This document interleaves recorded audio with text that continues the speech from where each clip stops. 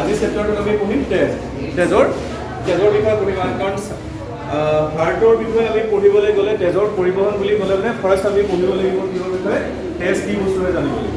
ঠিক আছে, তেজ কি বস্তু হয় জানিব লাগিব।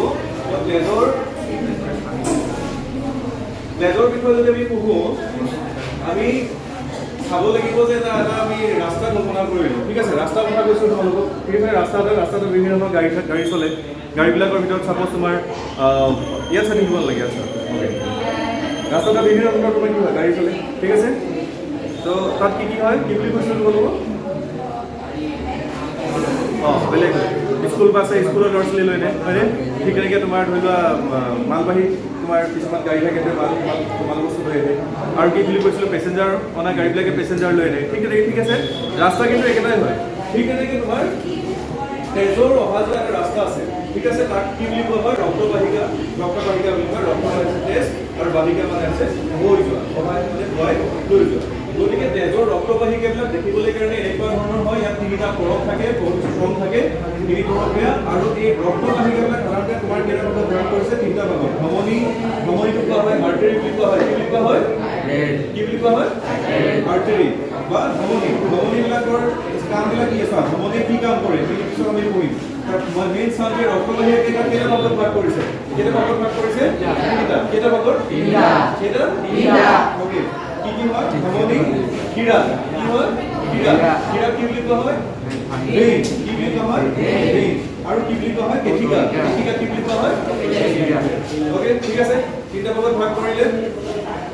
এতিয়া চোৱা, ইয়াত কিছুমান এই ধমনী হওক বা শিৰা হওক, ভূমিকা হওক, আমি এই তিনিটাৰ যিকোনো এডাল আমি ধৰি লৈছোঁ। ঠিক আছে, ভূমিকাটো নক'বা, ভূমিকাটো নালাগে, ইয়াৰে ধমনী বুলি ধৰিলোঁ। ঠিক আছে, ধমনীত চোৱা, ধমনীত কি থাকে? তেজ কিহে গঠিত? তেজত কি থাকে? তেজত থাকে প্ৰথমতে হ'ল জলীয় পদাৰ্থ এইখিনি থাকে। কি থাকে? জলীয় পদাৰ্থ, যাৰ মাজেৰে জলীয় পদাৰ্থখিনি মাধ্যম বুলি কোৱা হয়। কি বুলি কোৱা হয়?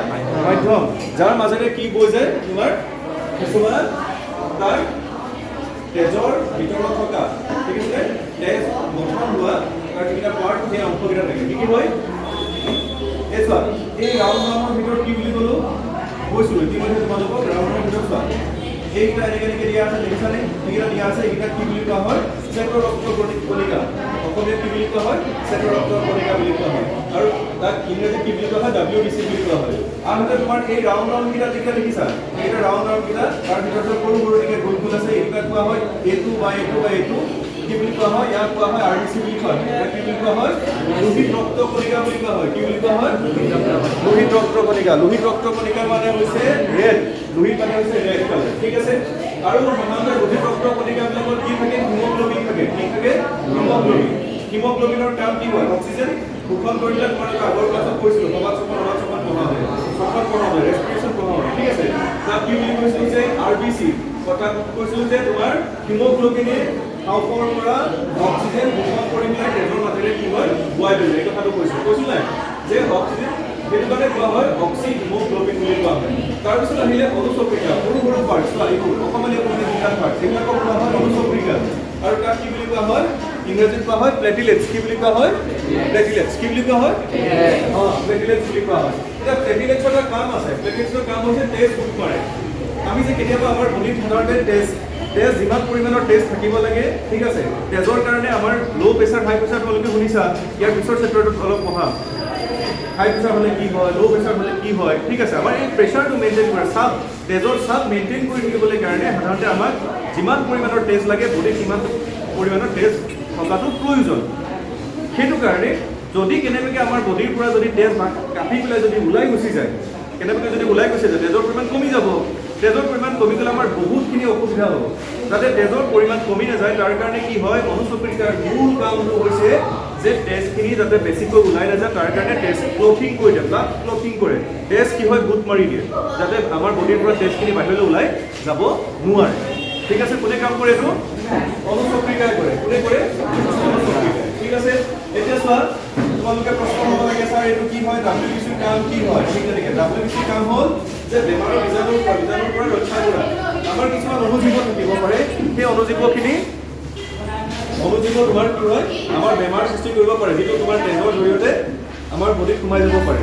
সেই তেজৰ অনুজীৱখিনি আছে, সেই অনুজীৱখিনিক ধ্বংস কৰিবৰ কাৰণে যাতে সেইখিনিৰ লগত ফাইট কৰিব পাৰে তাৰ কাৰণে সেই কামটো কোনে কৰে ৰক্ত কণিকা বা WBC কৰে হোৱাইট ব্লাড চেলে কৰে ঠিক আছে কোনে কৰে হোৱাইট ব্লাড চেল ঠিক আছে লোহিত ৰক্ত কণিকা কি বুলি কোৱা হয় RBC বুলি কোৱা হয় কি কাম কৰে হিমোগ্লোবিন থাকে অক্সিজেন তোমাৰ সৰবৰাহ কৰে ঠিক আছে তাৰ পিছত আহি গ'ল এতিয়া চোৱা প্লাজমা মাধ্যমটো হয় গোটেইখিনিকে তোমাৰ বয়লেজৰ কাম মাধ্যম ঠিক আছে তাৰ উপৰিও তেজত কি থাকে তোমাৰ তেজে সৰবৰাহ কৰে কাৰ্বন ডাই অক্সাইড অক্সিজেন ঠিক আছে তাৰ পুষ্টি দ্ৰব্যবিলাক পুষ্টি হ'ব পাৰে পুষ্টি দ্ৰব্য মানে কি হয় খাদ্য দ্ৰব্য পুষ্টি দ্ৰব্য একেটাই ইংৰাজীত কোৱা হয় নিউট্ৰিশ্যন কি বুলি কোৱা হয় নিউট্ৰিশ্যন নিউট্ৰিয়েণ্ট ঠিক আছে নিউট্ৰিশ্যন বুলি ক'লে পৰিপুষ্টি হৈ যাব তো নিউট্ৰিয়েণ্ট বা খাদ্য দ্ৰব্যবিলাক হ'ল তোমাৰ কি হ'ব পাৰে যেনেকৈ কাৰ্বহাইড্ৰেট প্ৰটিন চৰ্বি ভিটামিন এইবিলাক হৈছে পুষ্টি দ্ৰব্য এই পুষ্টি দ্ৰব্যবিলাকক কোনে সৰবৰাহ কৰে এই তেজে তোমাৰ সৰবৰাহ কৰি লৈ যায় অ'কে ক্লিয়াৰ হৈছে এইখিনিলৈকে তাৰপিছত চোৱা একদম শ্বৰ্ট ফৰ্ম মনত ৰাখিবা আমি ইয়াৰ পিছতে পঢ়িম হাৰ্টৰ মাজেৰে কেনেকৈ তেজৰ পৰিবহণ হয় ইয়াৰ পিছৰ ক্লাছত আমি বুজিম এতিয়া চোৱা ধমনীত কি হয় হৃদযন্ত্ৰ ধমনীয়ে কি কাম কৰে এই যে হাৰ্টটোৰ পৰা কি কৰে এই হাৰ্টটোৰ পৰা তোমাৰ এই হাৰ্টটোৰ পৰা কি কৰে ইয়াত ধমনী কোনডাল ধমনী এইডাল কি ক'লে ধমনী কৈছে হৃদযন্ত্ৰৰ পৰা দেহৰ বিভিন্ন অংশলৈ এইডাল ধমনী হয়নে মহাধমনী এডাল মহাধমনী হয় এই ধমনীডালে তোমাৰ কি হয় এই ধমনীডালে কি কাম কৰে হাৰ্টৰ পৰা অক্সিজেনযুক্ত তেজ দেহৰ বিভিন্ন অংশলৈ লৈ যায় তাৰপিছত আমাৰ কি বুলি কৈছোঁ তোমালোকক মাইটকণ্ড্ৰিয়াত তোমাৰ কি উৎপন্ন হয় শক্তি উৎপন্ন হয় লগতে কাৰ্বন ডাই অক্সাইড উৎপন্ন হয় কাৰ্বন ডাই অক্সাইড আমাৰ বডিৰ কাৰণে নালাগে বৰ্জিত পদাৰ্থ হয় গতিকে কাৰ্বন ডাই অক্সাইড বৰ্জন কৰিব লাগিব উলিয়াই দিব লাগিব বাহিৰ কৰি দিব লাগিব গতিকে সেই বাহিৰ কৰি দিয়া কামটো কোনে কৰে তেজে সৰবৰাহ কৰি লৈ আহে ঠিক আছে তেজে সেই লৈ অহা কামটো কোনে কৰে এই বাকী অৰ্থাৎ তোমাৰ ধমনী হৃদযন্ত্ৰৰ পৰা দেহৰ বিভিন্ন অংশলৈ তেজ সৰবৰাহ কৰে তাৰপিছত হৃদয় কি কৰে দেহৰ বিভিন্ন অংশৰ পৰা হৃদযন্ত্ৰলৈ আনে দেহত যিখিনি বৰ্জিত পদাৰ্থ ওলায় সেইখিনি তোমাৰ কি হয় দেহৰ বিভিন্ন অংশত বা মুখত বৰ্জিত পদাৰ্থ সৃষ্টি হোৱা বৰ্জিত পদাৰ্থখিনি তোমাৰ তেজে লৈ আহে কোনে কাম কৰে সেই কামটো কাৰ মাজেৰে আহে হৃদয়ৰ মাজেৰে আহে চ' ধমনী আৰু হৃদয়ৰ মাজৰ পাৰ্থক্যটো হৈছে এইটো আৰু কেপিলাৰী কি হয় কেপিলাৰী বিষয়ে তোমালোকক পঢ়াম যিটো লিম্ফ ঠিক আছে লিম্ফ বুলি এটা আছে লক্ষিকাৰ কাম কি হয় কেনেকৈ সৃষ্টি হয় ক'ত উৎপন্ন হয় ইয়াৰ কাম কি সেইটো কথা পঢ়াম তো সেই কামখিনি ক'ত হয় এই লক্ষিকাৰ ক্ষেত্ৰত হয় কেশিকাৰ ক্ষেত্ৰত হয় ইয়াত কেশিকা এনেকুৱা এটা পইণ্ট থাকে য'ত তোমাৰ ক্ৰীড়া আৰু ধমনী দুটা লগ লাগি এনেকুৱা জাল নিচিনা চেঞ্চলৈ কনভাৰ্ট হৈ যায় ঠিক আছে তেজৰ পৰিৱেশন পঢ়াৰ আগতে আমি ব্লাড কি হয় তেজ কি হয় তেজৰ কাম কি হয় কিন্তু এক্সেঞ্চিত আহে এক্সামৰ এটা মোষ্ট ইম্পৰ্টেণ্ট এটা পইণ্ট হয় ঠিক আছে এটা মোষ্ট ইম্পৰ্টেণ্ট পইণ্ট হয় কেশিকা হৈছে তোমাৰ ক্ৰীড়া আৰু ধমনী এই দুটাৰ মাজত এনেকুৱা জাল নিচিনাকৈ থাকে গতিকে মানে কি হয় পাৰ্ট হৈ পেলাই যেনেকৈ নদী এখন যে তোমাৰ কেইবাটাও খুঁটি এনেকৈ লৈ আকৌ একেখন নদীতে লগ লাগে ঠিক তেনেকুৱাই হয় মানে এইবোৰ চব খুঁটি এইবোৰ মাজে তোমাৰ কিছুমান খুঁটি নিচিনাকৈ আছে ভাগ হৈ গৈছে কেইবাটাও ঠাল ঠিঙুলি কেইবাটাও হৈ পেলাই আকৌ জইন লাগিছে বুজি পাইছানে পাইছা অ'কে এইটো হৈছে লক্ষিকা এতিয়া আমি পঢ়িম যে তেজৰ কাম কি হয় তেজৰ কাম কি মোষ্ট ইম্পৰ্টেণ্ট পইণ্ট এইটো এছএনচি আহিয়ে থাকে এইটো এছএনচি তোমাৰ আহিয়ে থাকে মেট্ৰিকত আহিয়ে থাকে এক্সামত আহিব তাৰ উপৰিও আমি তেজৰ কামখিনি জনাটো বিৰাট ইম্পৰ্টেণ্ট হয় ঠিক আছে নিজৰ কাৰণে লাগিব মোৰ লাইফৰ কাৰণেও প্ৰয়োজন হ'ব কেতিয়াবা তোমালোকৰ এনেকুৱা হ'ব পাৰে যে মেডিকেল কিবা ইমাৰ্জেঞ্চি হ'ব পাৰে কিবা হ'ব পাৰে মা দেউতাৰ কাৰোবাৰ কিবা হ'ব পাৰে তেতিয়া জনাটো প্ৰয়োজন ৰিচেণ্টলি মোৰ অভিজ্ঞতা হৈছে মই প্লাজমাৰ কাৰণে গৈ পেলাই কি হ'ল কি নহ'ল মই কম বাৰু অ'কে আমি এটা পঢ়িব লাগে কি হয় তেজৰ কাম ফাংচন অফ ব্লাড ঠিক আছে চ' ইয়াতে এক নম্বৰ কি হয় যে শৰীৰৰ সকলো অংশলৈ অক্সিজেন আৰু পুষ্টিকৰ পদাৰ্থ কঢ়িয়াই দিয়ে মই পুষ্টিকৰ পদাৰ্থ বুলি ক'লে কি বুলি কৈছোঁ তোমালোকক প্ৰটিন কাৰ্বহাইড্ৰেট শৰ্কৰা চৰ্বি গ্লুক'জ আৰু কাৰ্বহাইড্ৰেট একেই ঠিক আছে এইবিলাক শৰ্কৰা এইবিলাক হ'ল তোমাৰ পুষ্টি দ্ৰব্য যিবিলাক পুষ্টি দ্ৰব্য কঢ়িয়াই লৈ যায় আৰু লগতে অক্সিজেন কঢ়িয়াই লৈ যায় ছাৰ কি কাৰ্বন ডাই অক্সাইড কঢ়িয়াই নিদিয়ে নেকি ছেকেণ্ড পইণ্ট আছে সুখৰ কাৰ্বন ডাই অক্সাইড কি লিখিলে কাৰণ সুখত থাকে মাইট্ৰকণ্ড্ৰিয়া কি উৎপন্ন হয় শক্তি উৎপন্ন হয় লগতে কি উৎপন্ন হয় কাৰ্বন ডাই অক্সাইড উৎপন্ন হয় ঠিক আছে লগতে কি উৎপন্ন হয় কাৰ্বন ডাই অক্সাইড উৎপন্ন হয় এই কাৰ্বন ডাই অক্সাইডটো কি হয় কাৰ্বন ডাই অক্সাইড আৰু বৰ্জিত পদাৰ্থ আঁতৰাই বৰ্জন কৰে এইটো ছেকেণ্ড পইণ্ট ঠিক আছে তাৰপিছত শৰীৰৰ বিভিন্ন অংশলৈ কি হয় হৰমন পৰিবহন কৰে শৰীৰৰ বিভিন্ন অংশলৈ কি কৰে হৰমন পৰিবহন কৰে শৰীৰৰ বিভিন্ন অংশলৈ কি কৰে বুলি ক'লো হৰমন পৰিবহন কৰে হৰমন কি হ'ব পাৰে ইনচুলিন হ'ব পাৰে থাইৰক্সিন হৰমন হ'ব পাৰে, তাৰপিছত টেষ্টষ্টেৰন হ'ব পাৰে, টেষ্টষ্টেৰন গ্ৰোথ হৰমন, ঠিক আছে। এইবিলাক হৈছে হৰমনৰ নাম, ঠিক আছে। এইবিলাক হৈছে হৰমনৰ নাম। তো ইয়াতে কিছুমান হৰমন দিয়া আছে চোৱা, এইটো ইনচুলিন, থাইৰক্সিন, এড্ৰিনালিন, বৃদ্ধি হৰমন বা গ্ৰোথ হৰমন বুলি আমি কওঁ, ইষ্ট্ৰজেন বুলি কওঁ, তাৰপিছত টেষ্টষ্টেৰন। এইবিলাক হৰমন আছে। হৰমন সাধাৰণতে মানুহৰ আৰু প্ৰাণী আৰু উদ্ভিদৰ বেলেগ বেলেগ থাকে, ঠিক আছে। আমি পিছত প্ৰাণী আৰু উদ্ভিদৰ হৰমনৰ বিষয়ে ডিটেইলছ আমি পঢ়িব লাগিব। ইয়াৰ পৰা পৰীক্ষাত শ্বৰ্ট কুৱেশ্যন আৰু লং কুৱেশ্যন আহে। এতিয়া আমি হৰমন যেতিয়া হ'লে হৰমন শৰীৰৰ বিভিন্ন অঞ্চলত হৰমন পৰিবহণ কৰে, শৰীৰৰ তাপমাত্ৰা নিয়ন্ত্ৰণত সহায় কৰে। এটা ইম্পৰ্টেণ্ট টপিক আমি পঢ়িলোঁ, কি হয় তাপমাত্ৰা। শৰীৰৰ তাপমাত্ৰা কি হয় নিয়ন্ত্ৰণ কৰা, কোনে নিয়ন্ত্ৰণ কৰে? তেজে। আমাৰ হিউমেন বডিৰ ভিতৰৰ তাপমাত্ৰা কোনে নিয়ন্ত্ৰণ কৰে? তেজ, ব্লাড। ৰোগ সৃষ্টিকাৰী অপকাৰী বীজাণু আমি পাই গ'লো ন, যে WBC কৰে বুলি কৈছোঁ, বেমাৰ আৰু বীজাণুৰ পৰা ৰক্ষা কৰে বুলি কৈছোঁ, মানে বেমাৰ আৰু বীজাণুৰ পৰা কি হয়? ৰক্ষা কৰে। তো ইয়াতে তোমাৰ ৰোগ সৃষ্টিকাৰী অপকাৰী বীজাণুৰ পৰা শৰীৰক সুৰক্ষা দিয়ে। ৰক্তক্ষৰণ ঠাইত তেজে গোট মাৰে। গোট মৰা কামটো কোনে কৰে? প্লেটিলেটছে কৰে। ইতিমধ্যে আমি আগৰখিনি পঢ়োঁতে আমি পঢ়ি গ'লোঁ। তাৰপিছত কি আছে? শেষৰ পইণ্টটো আছে পানী আৰু লৱণৰ সমতা ৰক্ষা কৰে।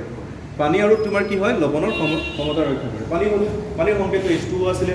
লৱণ মানে কি হৈছে? আমি নিমখ, যিটো আমি তোমাৰ NaCl। বৰ্জিত পদাৰ্থ কি হ'ব পাৰে? ইউৰিয়া হ'ব পাৰে, ইউৰিক এচিড হ'ব পাৰে, ঠিক আছে। কাৰ্বন ডাই অক্সাইড হ'ব পাৰে, অতিৰিক্ত পানী হ'ব পাৰে, ঠিক আছে। পটাছিয়াম হ'ব পাৰে। এইবিলাক অতিৰিক্ত ক্ষাৰকীয় পদাৰ্থও হ'ব পাৰে। তো এইবিলাক হৈছে তোমাৰ বৰ্জিত পদাৰ্থ, যিবোৰ তেজে তোমাৰ চাকি তেজ চকা কামটো কোনে কৰে? সেইটো ৰেচন প্ৰক্ৰিয়ালৈ গুচি যাব, ৰেচনলৈ যাবগৈ। সেই কিডনীকেইটাই কৰে। কিডনী ফেইলাৰ হ'লে মানে বৰ্জিত পদাৰ্থ আমাৰ দেহে ত্যাগ কৰিব নোৱাৰা হৈ যায়। মানে তেতিয়া আমাৰ বডিত কি হয়? হাত গেলি যাব পাৰে, কিবা গেলিব পাৰে, এইবোৰ ফেইলাৰ হৈ যায়। ডায়েলাইচিছ সেইটো কাৰণে কৰি থাকিবলগীয়া হয়। অ'কে, আজি আমি ক্লাছত কি শিকিলোঁ? তেজ কানেক্টিভ টিছু হয়। কানেক্টিভ টিছু মানে কানেক্টিভ শব্দটোৰ পৰা বুজিয়ে ল'ব লাগে যে সেই কানেকশ্যনটো ৰাখে। তাৰ কাৰণে কেইবাটাও কাম কৰে। অক্সিজেন লৈ যায়, কাৰ্বন ডাই অক্সাইড, মানে অক্সিজেন লৈ গ'ল, কাৰ্বন ডাই অক্সাইড লৈ আহিলে, হয়নে? তাৰমানে এফালৰ পৰা গাড়ী এফালে গ'ল, মানুহ লৈ আহিলে, আকৌ আহোঁতো এটা বেলেগ মানুহ কৰিছিলে। কথাটো এনেকুৱা ধৰণৰ। কাৰ্বন ডাই অক্সাইড তোমাৰ অক্সিজেন লৈ গ'ল, কাৰ্বন ডাই অক্সাইড প্ৰডিউচ হ'ল, কাৰ্বন ডাই অক্সাইডখিনি পঠাই দিলে, সি উঠাই লৈ গ'ল। আহি পেলাই আকৌ তোমাৰ হাওঁফাওৰ জৰিয়তে হৃদযন্ত্ৰলৈ আহিলে, হৃদযন্ত্ৰৰ পৰা আকৌ হাওঁফাওলৈ গ'ল, হাওঁফাওৱে কাৰ্বন ডাই অক্সাইড এৰিলে। পুষ্টিদ্ৰব্য সৰবৰাহ কৰে, ঠিক আছে। পুষ্টিদ্ৰব্য সৰবৰাহ কৰাৰ কথাটো পঢ়িলোঁ। তাৰপিছত তোমাৰ আহিলে বৰ্জিত পদাৰ্থ, পুষ্টিদ্ৰব্যৰ কথা পঢ়িলোঁ। ৰোগ সৃষ্টি অনুজীৱবিলাকক, অপকাৰী অনুজীৱবিলাকক ধ্বংস কৰাৰ কামটো কৰে। ৰক্তক্ষৰণ ঠাইত তেজ গোট মৰাৰ কামটো কৰে। পানী আৰু লৱণৰ সমতা ৰক্ষা কৰে। অ'কে, ক্লিয়াৰ হৈছে? আমি এতিয়া বেছিকখিনি পঢ়িলোঁ এই ক্লাছটোত। ইয়াৰ পিছত আমি পঢ়িম যে হাৰ্টৰ বিষয়ে পঢ়িম। ইয়াৰ পিছত আমি কি পঢ়িম? হাৰ্টৰ বিষয়ে। ইয়াত হাৰ্টৰ বিষয়ে আমি পঢ়িম। হাৰ্টৰ বিষয়ে চোৱা, এটা কথা আজিয়ে গম পালোঁ যে কি হয়, তোমাৰ অক্সিজেনযুক্ত তেজ দুটা ৰাস্তা আছে, পৃথক কৰিছে। এইফালে অক্সিজেনযুক্ত তেজ থাকে, এইফালে কাৰ্বন ডাই অক্সাইডযুক্ত তেজ থাকে। দুটা মিহলি হ'ব নিদিয়ে, ঠিক আছে। অক্সিজেনযুক্ত তেজ ইয়াত পৰি আহি ইয়াৰ মাজত এনেকৈ সোমাই আহি পেলাই পৰিবহি, এনেকৈ ওলাই যাব, ওলাই গৈ পেলাই এনেকৈ গোটেই হলবটি দিব। হলবটি দিয়াৰ পিছত আহি পেলাই ক'ত সোমাব? ইয়াত সোমাব। সোমাই পেলাই এইফালে এনেকৈ ওলাই পেলাই আকৌ হাওঁফালে যাব, হাওঁফাই কাৰ্বন ডাই অক্সাইডটো বাঢ়ি কৰিব, ঠিক আছে। এইটো হ'ল পৰিবহণ, এইটো হাৰ্টৰ পৰিবহণ। এইটো কেনেকৈ হয় আমি নেক্সট ক্লাছত ভালকৈ। Okay. Bye-bye. Subscribe your channel and support us. Thank you.